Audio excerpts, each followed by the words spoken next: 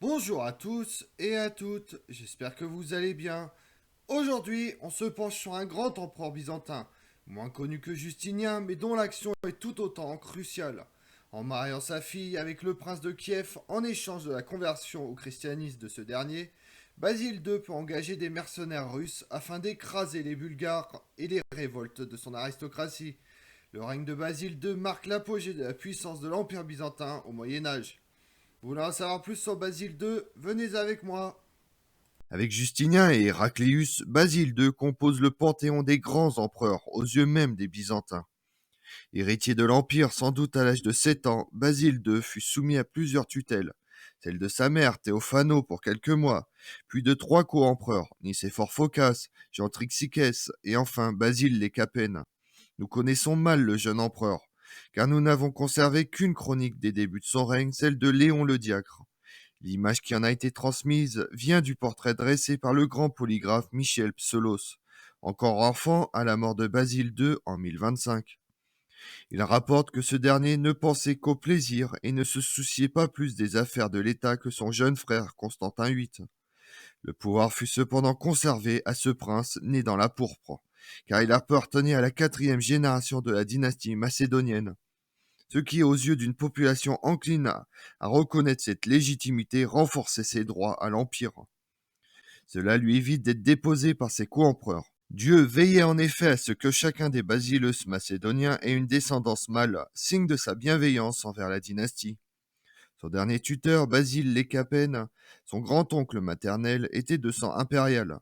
Fils illégitime de l'empereur romain Lécapène, il avait été réduit à la condition d'eunuque, mais pour accéder à la charge de gardien de la chambre impériale, ce qui lui permettait de connaître toutes les intrigues qui se nouaient à la cour.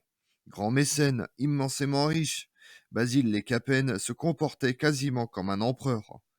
Il nommait toutes les charges et promulguait les actes.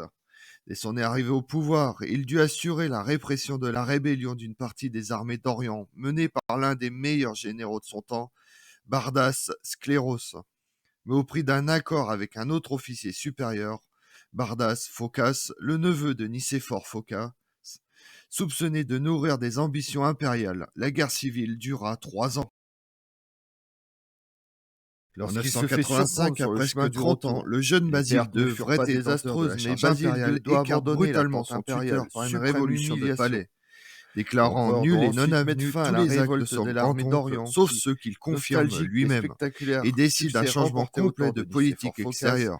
décide de Les donner le grandes familles pouvoir à son neveu aristocratiques Bardas anatoliennes, Phocas, fort alors influentes à chef de l'armée. Constantinople, avaient conduit la vaste expansion vers l'Est aux dépens des Émirats musulmans, entraînant en 969 la conquête d'Antioche. Basile II décide, lui, de faire campagne en Occident contre les Bulgares qui avaient profité des troubles du début du règne sous l'impulsion d'un jeune chef, Samuel, pour reprendre les territoires perdus quelques années plus tôt. L'offensive de masse lancée par l'empereur en 986 se termine piteusement.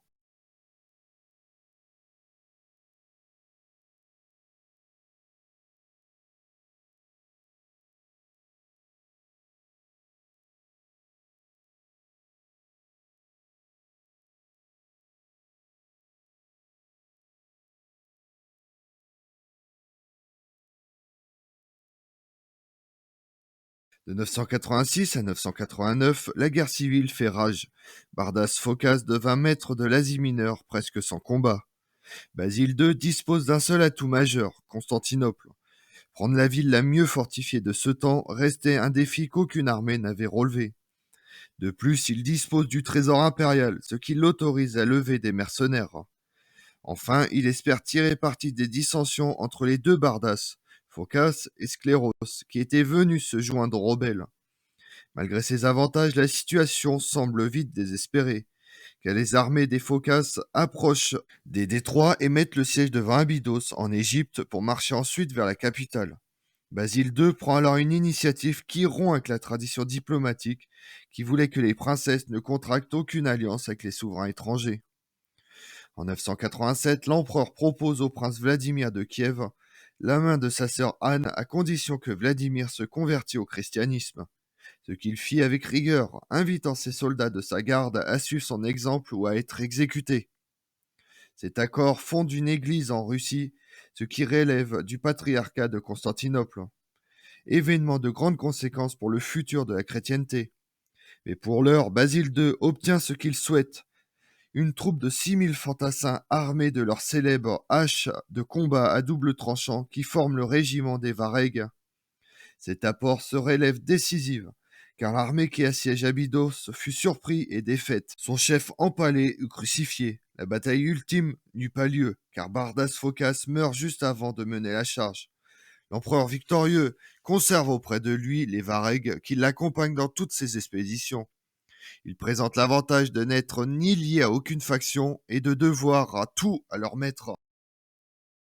En 989, Basile II est donc seul maître à bord d'un empire byzantin qui a cependant beaucoup reculé depuis 976. En Orient, David, prince Ibère, obtient des concessions territoriales pour prix du secours envoyé pour vaincre la première rébellion de Skelorose.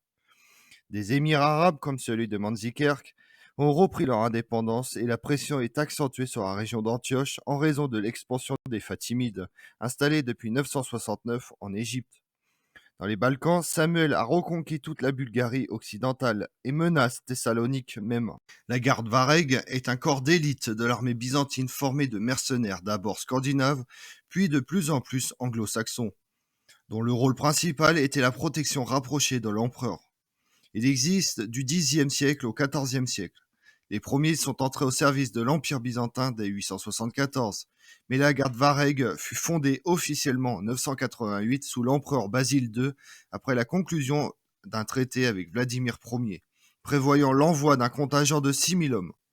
L'empereur, qui devait faire face aux rébellions de Bardas Phocas et de Bardas Clérose, se méfiait de sa garde byzantine et préfère employer ses guerriers comme garde du corps.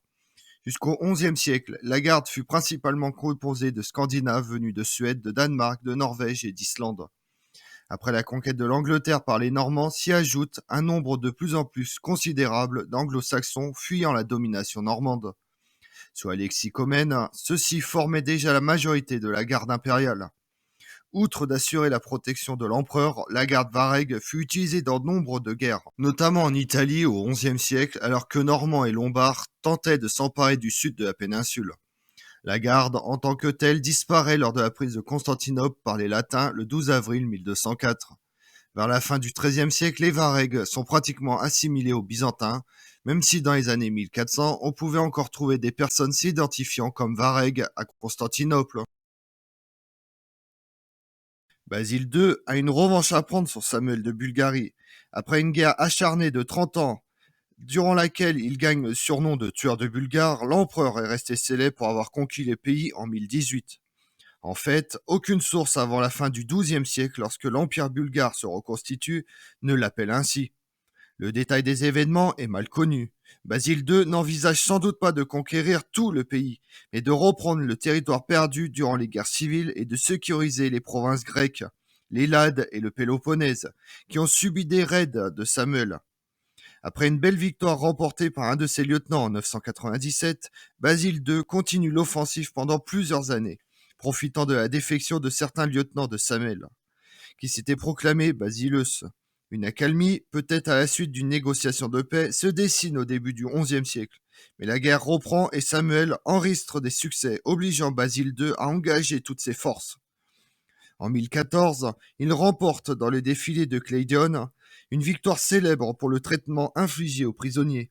Les Bulgares furent considérés comme des sujets de l'empereur coupables de lèse-majesté pour leur rébellion et punis comme tels par le châtiment prévu par la loi byzantine, l'aveuglement. Mais la victoire de Basile II n'était pas aussi nette et la guerre continue 4 ans. Cependant, lorsqu'en 1018 le dernier tsar, Jean Vladislas, se fit tuer en assiégeant Dyrrhachion, la résistance s'effondre et toute la Bulgarie fut incorporée à l'Empire byzantin. Basile II fit une tournée triomphale dans les Lades, visitant les églises de la Vierge à Athènes, le Parthénon, avant de revenir à Constantinople. Basile II ne néglige pas pour autant l'Orient, où il intervient précipitamment à 2 reprises durant les campagnes bulgares en 990 et 995 pour sauver Antioche de la domination fatimide et maintenir Alep dans sa sphère d'influence. David Libère, allié de Phocas, obtient de garder sa principauté sous la condition de la léguer à l'Empire après sa mort, qui survint en l'an 1000. Après 1018, Basile II eut le loisir de restaurer le pouvoir impérial à l'est de l'Anatolie et de préparer une nouvelle avancée de la frontière. Sénacharim, le roi de Vaspurakham, situé autour du lac de Van, lègue en 1022 son pays à l'empereur sous la pression des premiers envahisseurs turcs et sans doute aussi des Byzantins. Il obtient en échange des titres et de vastes domaines en Anatolie. La même année, Basile II mène une dure campagne finalement victorieuse contre Georges, le roi de Géorgie, qui eut aussi pour conséquence de faire promettre au roi d'Arménie, dont la capitale était Ani, de léguer son royaume à sa mort. Pendant la guerre contre les Bulgares et contre son aristocratie, l'Italie est abandonnée à son sort par Basile II. Elle se retrouve mal défendue et protégée seulement par des milices locales. Alors que les Sarrasins de Sicile continuent leur raid en Italie, Othon II, l'empereur du Saint-Empire romain germanique, malgré son mariage avec Théophano, nièce de l'empereur Jean Ier, il veut continuer le projet de son père et envahir les possessions byzantines. Le gouvernement byzantin tente sans succès de dissuader l'empereur germanique qui commence ses incursions à partir de l'été 981. Il est dans l'Italie centrale lorsqu'un de ses meilleurs alliés, Pandolfe Tête de Fer, prince de Salerne et de Bénévent, meurt. Malgré cette perte, Othon II envahit en 982 l'Apulie byzantine, qu'il parcourt pendant 5 mois en prenant la plupart des villes. Cependant, alors qu'il arrive en Calabre, Othon II se heurte aux Sarrasins de Sicile qui lui infligent une lourde défaite près de Stilo le 13 juillet 982. L'empereur germanique ne doit la vie sauve qu'en étant recueilli par un navire byzantin. Reformant son armée à Rosano, Othon II se replie et meurt à Rome au mois de décembre 983. Finalement, la victoire des Byzantins leur permet de rétablir leur domination sur l'Apulie avec la prise d'Ascoli en 982. Pendant son règne, Basile II entreprend de s'allier avec Venise et par ce geste, il contribue en grande partie à la naissance de la Sérénissime comme grande puissance maritime. Il est significatif que Basile II ne se sépare pas de la question de l'Italie et de celle de l'Adriatique, dont les rives sont occupées par Venise, encore en partie vassale de l'Empire byzantin. Tous ces territoires sont menacés par les mêmes ennemis, la Bulgarie, les pirates slaves et les Sarrasins. Basile II, qui se consacre à la guerre en Bulgarie, décide donc de s'allier avec Venise, dont il se considère le suzerain. En 992, il accorde des droits commerciaux à la jeune puissance maritime et abaisse les droits de passage de ses navires à la douane d'Abydos à 2 sous d'or. En échange, les Vénitiens doivent mettre leurs navires à la disposition de Byzance pour débarquer des troupes en Italie. En 998, Basile II autorise le doge Pietro II à défendre les villes de Dalmatie contre les attaques des pirates slaves. Ce dernier s'acquitte très bien de cette tâche. En effet, l'expédition d'Orseolo en 1001 est un triomphe pour Venise. Cet événement marque le début des prétentions vénitiennes sur la ville dalmate. Enfin, en 1004, les Vénitiens envoient une flotte au secours de Bari, assiégée par les Arabes et qui s'apprête à se rendre. En remerciement de cet acte, Basile II autorise le fils du doge à venir à Constantinople pour se marier avec une patricienne. Une nouvelle puissance maritime est alors née dans l'Adriatique, Venise. Dégagé de tout souci sur le Danube et l'Euphrate, Basile II, après avoir consolidé les possessions byzantines en Italie, Calabre et Pouille, songe à reprendre aux Arabes la Sicile, province très riche, en partie hellénisée, perdue plus d'1 siècle auparavant. Mais il fut surpris par la mort en décembre 1025. Ayant refusé sa tombe préparée au mausolée impérial des saints apôtres, il se fait enterrer parmi ses soldats à l'Elbonne, un camp de regroupement des troupes à 7000 pas de Constantinople. Basile II fut un empereur guerrier sans être un général de talent exceptionnel, mais qui avait l'obstination nécessaire pour surmonter les échecs. À la tête de ses armées, il parcourt de nombreuses provinces, montrant aux populations l'empereur en personne et renforçant ainsi le prestige du pouvoir suprême. Sur le plan politique, Basile II, mort sans enfant, laisse à son frère Constantin VIII un empire plus puissant et plus étendu qu'il ne l'avait jamais été depuis Justinien.